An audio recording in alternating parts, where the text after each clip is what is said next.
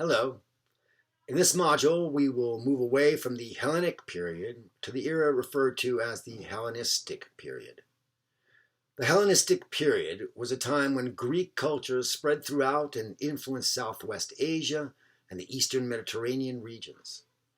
The term Hellenistic literally means to imitate Greeks, and the Hellenistic period refers to a period of time dominated by a fusion of Greek language and customs with the culture of the Near East. The actual era of the Hellenistic societies began with the life and death of Alexander the Great in 323 BCE and ended with Rome's conquest of Egypt in 30 BCE at the Battle of Actium. Although some historians prefer to end the period when Constantine moved the capital of the Roman Empire to Constantinople in 330 CE. This process of spreading Greek culture is known as Hellenization.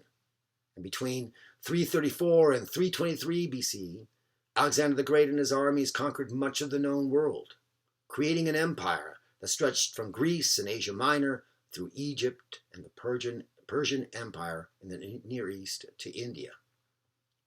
Much of his ability to conquer and control his empire was due to the fact that his army was an international force, comprised of people from highly diversified backgrounds, including scientists, and that, while on military campaigns, Alexander encouraged his men to take wives from foreign lands, and he himself married several women from the East.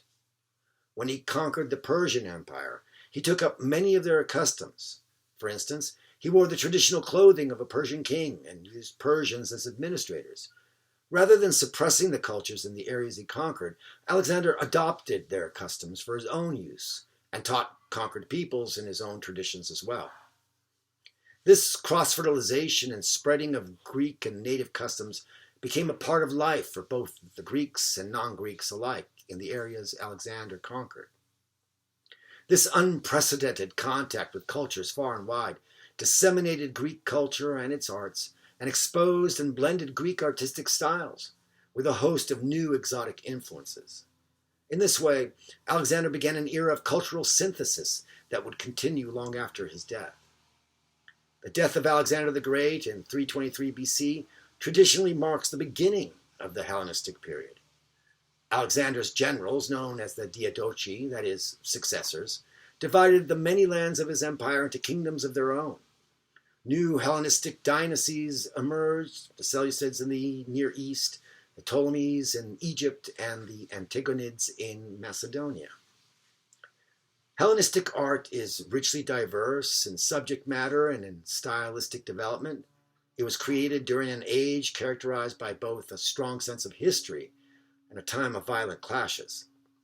For the first time, there were museums and great libraries such as those at Alexandria and Pergamon, and ultimately, it would be from these libraries that there would be a rediscovery of classical learning and works that would eventually spur the Renaissance.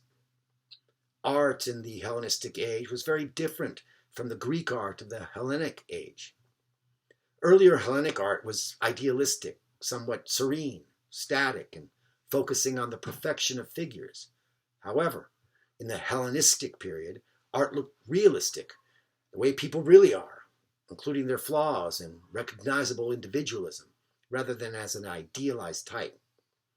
Hellenistic artists copied and adapted earlier styles and also made great innovations. Representations of Greek gods took on new forms. The popular image of a nude Aphrodite, for example, reflects the increased secularization and even sexualization of traditional religious models.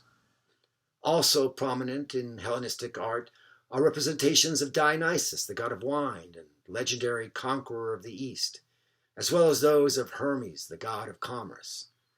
In strikingly tender depictions, Eros, the Greek personification of love, is portrayed as a young child.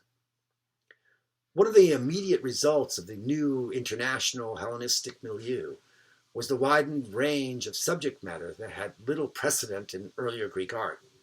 There are representations of unorthodox subjects such as grotesques and of more conventional inhabitants such as children and elderly people. These images, as well as the portraits of ethnic people, especially those of Africans, describe a very diverse Hellenistic populace. So enjoy your exploration of the Hellenistic world, culture, and art.